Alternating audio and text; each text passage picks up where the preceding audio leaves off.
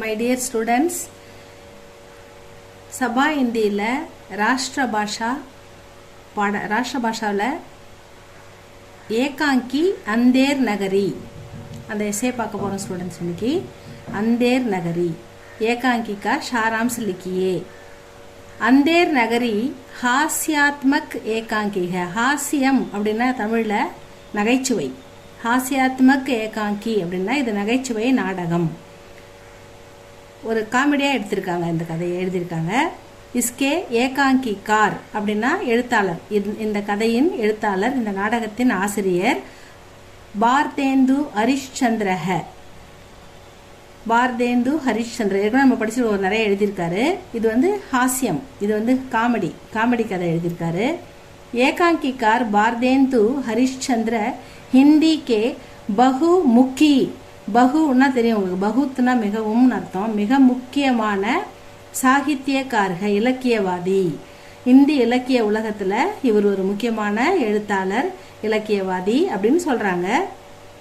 ஆப்னே சாகித்ய கி, அவர் இலக்கியத்துல அநேக விதாவும் பல புதிய விஷயங்களை, பல புதிய கலைகளை, பர் அப்படி லிக்னி சலாத்தி ஹே, அவருடைய எழுத்தில் பல புதிய விஷயங்களை, பல புதிய கலைகளை எழுதியிருப்பார், கொண்டு படைத்திருப்பார் அப்படின்னு சொல்றாங்க. ஏகாங்கி ஹமே யகு, இந்த ஏகாங்கி இந்த நாடகத்துல ஹமே நமக்கு, யகு சபக் ஒரு படிப்பினை, ஒரு மாரல், ஒரு லெசன், ஒரு டீச் நமக்கு கிடைக்குது. தேத்தாக கொடுக்கறது என்னன்னா மூர்க்கோங்கா, மூர்க்கோன்னா என்னது, ஃபூலிஷ் முட்டாள்கள், அறிவில்லாதவர்கள். சங்குன்னா தெரியும், சங்கதிகா பல் படிச்சிங்கல்ல, அந்த மாதிரி சங்குன்னா ஃப்ரெண்ட்ஷிப்பு. மூர்க்கோங்கா சங்கு கபி நஹி பலா நஹி கர்த்தா. பலான்னா தெரியும் உங்களுக்கு நல்லது, புரான்னா கெட்டது. பலான்னா நல்லது, எப்பயுமே நமக்கு. மூர்க்கோங்கா சங்கதி நமக்கு எப்பயுமே நன்மையை தராது அப்படின்னு சொல்றாரு. முட்டாள்களின் சகவாசம் நமக்கு எப்பயுமே பலனை தராது, கெட்டதை தான் தரும் அப்படின்ற ஒரு மாரல்ல இந்த நாடகத்துல அவர் நமக்கு சொல்றாருன்னு சொல்றாங்க. ஏகாங்கி ஹமே யகு சபக், இந்த படிப்பினை தேத்தாக நமக்கு கொடுக்கிறார். என்னன்னா மூர்க்கோம் கா சங்கு, மூர்க்கோம்னா முட்டாள்களின் சகவாசம். கபிநகி கபிபலாநகி கர்த்தா, எப்பயுமே நமக்கு நன்மையை தராது அப்படின்னு சொல்றாரு. गुरु महंत एक बार अपने दो शिष्य गोवर्धन दास और नारायण दास के साथ देशाटन करते हुए किसी शहर में आते हैं. இதை சுருக்கமா சொல்றாங்க, இந்த கதையில பெருசா இருக்குது, ஷார்ட்டா தான் கொடுத்துருக்காங்க. குரு மகந்த், குருஜி வந்து என்ன பண்றாரு, ஒரு வாட்டி ஏக் பார் ஒரு முறை, அப்பனே தோ சிஷ்ய, அவருக்கு 2 சிஷ்யர்கள் இருக்காங்க. ஒருத்தர் பேர் கோவர்தன் தாஸ், அவர் நாராயண் தாஸ். 2 சிஷ்யர்களுடன், கேசாத்னா 2 சிஷ்யர்களோடு, தேசாட்டன்னா நாடை சுற்றி பார்க்குற, நாடு முழுக்க நான் பயணம் செய்கிறார். அப்போ அந்த வந்து அப்படி பயணம் செய்யும்போது 2 சீடர்களோட ஒரு நகரத்தை வந்து அடைகிறார். கிசி ஷகர்மே ஆத்தேக, ஒரு நகரத்தை வந்து அடைகிறார்கள். 2 சிஷ்யர்களும் இந்த குருமகந்தும் ஒரு நகரத்தை வந்து அடைகிறார்கள். உஸ் ஷகர் கா நாம், அந்த நகரத்தின் பெயர் அந்தேர் நகரி. பேரை கேட்டால் எப்படி இருக்குது பார்த்தீங்களா, பேர் என்னது இது, இருண்ட நகரம். அப்படி ஒரு பேர் வைப்பாங்களா, இருண்ட நகரம் அப்படின்னா என்னது, அறிவில்லாத மூடர்கள் வாழும் நகரம், இருண்ட நகரம், அந்தேர் நகரி. அவர் வகா, ஆனா ஏன்னா மேலும் அந்த நகரத்துல ஹர் சீஜ், ஒவ்வொரு பொருளுமே, நீ ஒரு பொருள் போய் கடையில வாங்குறன்னா உனக்கு 1 கிலோ தான் கொடுப்பாங்க. ஹர் டேக்கு தக்கேசேர் மில்திக, ஒரு அல்வா வாங்க, ஒரு பொருள் வாங்கினா அது 1 கிலோவா தான் கொடுப்பாங்க. ஆனா அது வந்து 1 ரூபாய் தான் விலை, குறைந்த விலையில அதிகமா கொடுக்குறாங்க. இப்ப இலவசம்னாலே நம்ம யோசிக்கணும், ஃப்ரீயா ஏன் கொடுக்குறாங்க. இப்போ வந்து மோர்லலாம் சம்டைம் என்ன பண்ணுவாங்க, தயிர்லாம் பாதி விலைக்கு கொடுப்பாங்க. என்ன பாதி விலைக்கு கொடுக்குறாங்க அப்படின்னு பார்த்தா அது வந்து எக்ஸ்பைரி டேட் முடியறதுக்கு அன்னைக்கு தான் லாஸ்ட் டேட்டாக இருக்கும், இல்லை ஆல்ரெடி முடிஞ்சும் இருக்கலாம். அதில் நமக்கு நன்மை பெருசாக கிடையாது. அவங்க சேல் பண்ணணும், அவங்களுக்கு பெனிஃபிட் வரணுன்றதுக்காக ஒரு ஆஃபர் அப்படின்னு போட்டிருப்பாங்க. ஆனால் அந்த டேட்டை பார்த்தா எக்ஸ்பைரி ஆகிருக்கும், அது சாப்பிட்டா நமக்கு பாய்சன் தான். ஸோ அந்த மாதிரி டக்கே சேரு, அதாவது எல்லாமே 1 கிலோ கணக்கில் கிடைக்குது. ஆனால் விலை பார்த்தா 1 ரூபாய் தான், 1 கிலோ 1 ரூபாய். அல்வா வாங்கினா 1 கிலோ 1 ரூபாய். எந்த பொருள் வாங்கினாலும் கிசி ஹர் சீஜ்னா எல்லா பொருளுமே. அப்போ அந்த குரு வந்து அறிவாளி இல்லையா, அவர் வந்து யோகி இல்லையா, அவர் யோசிக்கிறாரு. குரு பத்தாத்தே ஹே கி யஹா ரஹ்னே, இங்கே வந்து ரொம்ப இந்த மாதிரி கிடைக்கிற இடத்துல நம்ம இது இங்கே ஏதோ பிரச்சனை இருக்குது, இது நம்ம தங்குறதுக்கு வந்து சரியான இடம் கிடையாது, இங்கே நமக்கு ஏதாவது டேஞ்சரஸ் ஆபத்து வரலாம் அப்படின்னு குரு யோசிச்சு குரு பத்தாத்தேக குரு சொல்றாரு, யஹா ரகனேசே ஆபத்து ஓகி, இங்க தங்கனா நமக்கு பெரிய ஆபத்து வரும், நமக்கு கஷ்டம் வரும். லேக்கின் ஆனா சிஷ்யர்கள் இருக்காங்கல்ல, கோவர்தன் தாஸ் நாராயண் தாஸ், அவங்க 2 பேரும் என்ன பண்றாங்க, குருஜி இங்க ஒரு பாருங்க, ₹1 கொடுத்து 1 கிலோ அல்வா வாங்கியிருக்கேன், எனக்கு ரொம்ப பிடிக்குது, இதெல்லாம் கொஞ்சம் என்ஜாய் பண்ண விடுங்க, நாங்க இங்கேயே இருக்க விரும்புறோம் அப்படின்னு சொல்றாங்க. லேக்கின் சிஷ்ய குரு கி பாத் நஹி மான்தே. ஏன் நஹி மான்தேன்னா இவ்வளவு சீப்பா கிடைக்குதுன்னு அவங்களுக்கு. ஏன்னா அவங்க அப்படியே தெருவா போய் யாராவது ₹1 அரைனா கால்னா கொடுத்தா அதை வாங்கி அதுலேருந்து ஏதாவது வாங்கி சாப்பிட்டு உயிர் வாழற யோகிகள், அதாவது முனிவர்கள், என்ன சொல்றது, யாகசம் கேட்டு வாழறவங்க, அவங்களுக்கு இது பெரிய விஷயம் இல்லையா, அதனால அவங்க ரொம்ப லைக் பண்றாங்க சிஷ்யர்கள். வே வஹி ரகனா சாகத்தேக. அந்த வேன்னா யாரு, கோவர்தன் தாஸ் நாராயண் தாஸ் 2 பேரும் அங்க ரகனான்னா தங்கறதுக்கு விரும்புறாங்க. குரு மகந்த் யகு கஹகர். குரு மகந்த் இவனுங்க சொன்ன பேச்சு கேட்க மாட்டானுங்க, இவனுங்க பட்டாதான் திருந்துவானுங்க அப்படின்னு மனசுக்குள்ள நினைச்சுக்கிட்டு குரு மகந்த் சொல்றாரு, யகு கஹகர் இப்படி சொல்லிவிட்டு சலே ஜாத்தேகம் போய்விட்டார். அப்படி என்ன சொன்னாரு, கி ஆபத்துக்கே சமை, உங்களுக்கு ஏதாவது துன்பம் வரும்போது, உங்களுக்கு ஒரு கஷ்டம் வரும்போது, நீங்க ஏதாவது ஆபத்துல மாட்டிக்கும் போது அப்படின்னு அர்த்தம். ஆபத்துக்கே சமை உனக்கு யாத் ரக்கர்னா, என்ன ஞாபகம், என்ன நினைச்சுப்பாரு, என்ன நினைச்சுக்கோ அப்படின்னு சொல்லிட்டு அங்கிருந்து குருஜி கிளம்பிடுறாரு. ஏன்னா அந்த இடத்துல நிக்க அவருக்கு பிடிக்கல. ஏக் தின் கிசி தீவார்க்கே, ஒரு நாள் அடுத்த நாள் ஏதோ ஒரு தீவார்னா செவுரு, அந்த செவுத்துல போயிட்டு டூட்னேசே அதுல போய் முட்டி, ஏக் பக்ரி தப்கர் மர் ஜாத்திக, ஒரு செவுத்துல போய் முட்டி ஒரு ஆடு கீழே விழுந்து அந்த செவரும் உடஞ்சி விழுந்து இறந்து போகுது. மர் ஜாத்திக இறந்து போகுது. ராஜா கே பாஸ், அந்த ராஜா இருக்கார்ல அனுபூஜ் ராஜா, அந்த ராஜாவோட பேர் அனுபூஜ் ராஜா, அவர்கிட்ட இந்த இஸ்கி ஷிகாயத், இது ஒரு கம்ப்ளைண்டா போகுது. ஆத்திக இந்த மாதிரி ஒரு ஆடு ஒரு செவரு முட்டி அந்த செவரு உடஞ்சி விழுந்து இறந்துடுது அப்படின்னு ஒரு கம்ப்ளைண்டா ராஜா கிட்ட போகுது, ஷிகாயத்து. தபு கல்லு பனியா, அவர் ஒரு வியாபாரி, கல்லு பனியான்றவர் இந்த ஒரு வியாபாரி அந்த நகரத்துல, புலாயா ஜாத்தாக, அவர் தான் போய் சொல்றாரு, இந்த மாதிரி கம்ப்ளைண்டே கொடுக்குறாரு.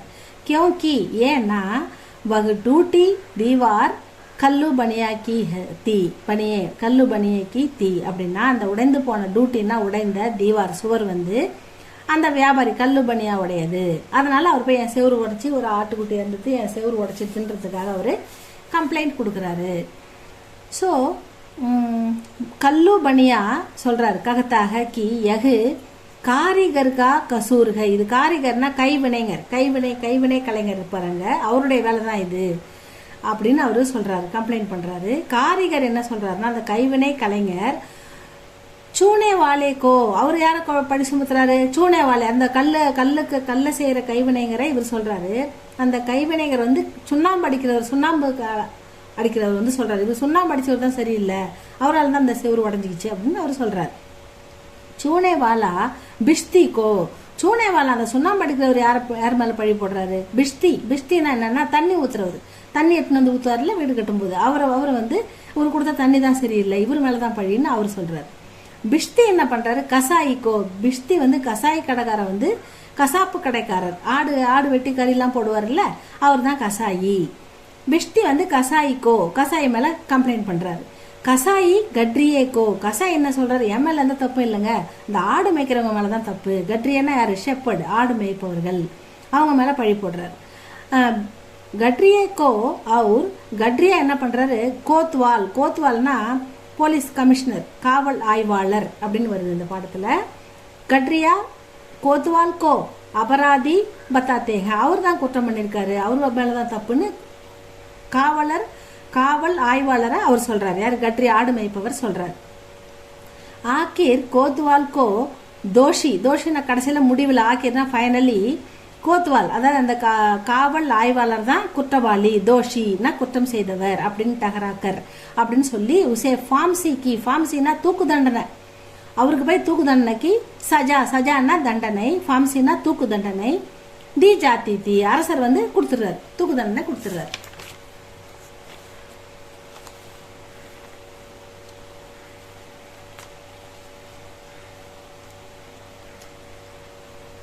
அடுத்தது ஃபாம்சி கா ஃபந்தா, அந்த தூக்கு கயிறு இருக்குது இல்ல, ஃபாம்சி கா ஃபந்தா, அந்த தூக்கு கயிறு எப்படி இருக்குதுன்னா ரொம்ப படா நிக்கல்தாக, ரொம்ப பெருசா இருக்குது.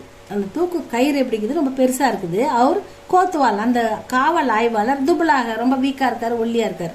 அவருக்கு அந்த கயிறு செட் ஆகல, அவரால் அதில் போட்டு தூக்கு மாட்ட முடியல அவரை. ஸோ ராஜா என்ன சொல்கிறாரு, ஆதேஷ் தேத்தாக ஒரு கட்டளை இடுறார், ஒரு ஆதேஷ். ஏன்னா என்ன சொல்கிறாருன்னா, கோத்வால் கே பதிலே, கோத்வாலுக்கு பதிலாக அந்த ஆய்வாளருக்கு பதிலாக கிசி மோட்டே ஆத்மி, யாராவது குண்டா நல்லா வாட்டு சாட்டமாக இருக்கிற ஒரு ஆளை கொண்டு வந்து ஃபார்ம்சி பர் சலாயா ஜாயே, போய் போட்டு தூக்கில் போடு அப்படின்றாரு. எந்த ராஜாவாவது இப்படி சொல்லுவாங்களா? இதுலேருந்தே தெரியல இது அந்தேர் நகரி, எந்த அறிவில்லாத அரசன் ஆள்றதால மக்களுக்கும் அறிவில்லை. தலைவன் வந்து மூடனாக இருந்தால் மக்கள் எப்படி அறிவாளியாக இருக்க முடியும்? அதனால் அந்த மாதிரி ராஜா சரியில்லாதால அந்த மக்களும் வந்து இப்படி 1 கிலோ பொருளை எது கேட்டாலும் 1 கிலோ 1 ரூபாய் கொடுத்து கஷ்டப்பட்டு நிற்கிறாங்க. கிசி மோட்டை, அதை யாராவது ஒரு மோட்டை குற்றம் செஞ்சவனு தானே தண்டனை கொடுக்கணும். எந்த ஆள் குண்டாதான் அவனை தூக்கி வந்து தூக்கில் போடுன்னு ராஜா கட்டளைடுறாரு. இதுலேருந்தே தெரியுது இல்லையா இது ஒரு காமெடி கதைன்னு. ஸோ இப்படி பார்க்கும்போது என்ன ஆகுதுன்னா, சிஷ்ய கோவர்தன் இருக்கார்ல, அவர் ரொம்ப மோட்டாவாக இருப்பார். இந்த சிஷ்ய கோவர்தன் தாஸ் காஃபி மோட்டா தான், அவர் போதுமான அளவுக்கு நல்லா வாட்டசாட்டமாக இருக்கார். இஸ்லியே அதனால சிப்பாயி கோவர்தன் தாஸ்கோ பக்கடு லேத்தேக, சிப்பாயி வந்து நேரம் நீ தான் வாட்டமாக இருப்பேன் இந்த கயிறுக்கு அப்படின்னு பிடிச்சின்னு போறாரு. எவ்வளோ காமெடி பார்த்தீங்களா?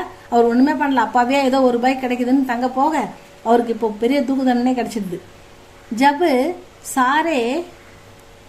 सारी बातें मालूम होती है तब गोवर्धन दास को बड़ा பச்சிதாவா ஹோத்தாங்க. இதையெல்லாம் கேட்டவுடனே என்னடா இது ஒரு தப்பும் பண்ணாத நம்மளை போட்டு தூக்கில் போட போகிறாங்களா, ஐயோ இப்படி மாட்டிக்கிட்டோமே அப்படின்னு அவர் ரொம்ப வருத்தப்பட்டாரு. அப்போ என்ன பண்ணுறாரு, வகு குரு கி துஹாயி தேத்தாக, குருஜி உங்கள் பேச்சு கேட்காம நான் மாட்டிக்கினா என்னை தூக்கில் போட போகிறாங்க, நான் என்னை கொல்ல போகிறாங்க, என்னை காப்பாற்றுங்க அப்படின்னு மனசுக்குள்ளே அவர் வந்து அவர் என்ன சொல்லிட்டு போனார், முஜே யாத்திரக்கோ ஆபத்திக்கு சமயம் முஜே யாத்திரக்கோ, நீ துன்பம் வரும்போது என்னை நினச்சிக்கன்னு குரு சொல்லிட்டு போனார் இல்லையா, அதை இங்கே அவர் நினச்சி பார்க்குறாரு. குரு வந்து நினைக்கிறார். அப்போ டக்குன்னு குரு வர்றார். குரு ஆத்தேக அவர் ககத்தேக, குரு வந்து பார்க்குறாரு. ஒரு நிமிஷத்தில் அங்கே என்ன நடக்குதுன்னு குரு புரிஞ்சுக்கிறாரு.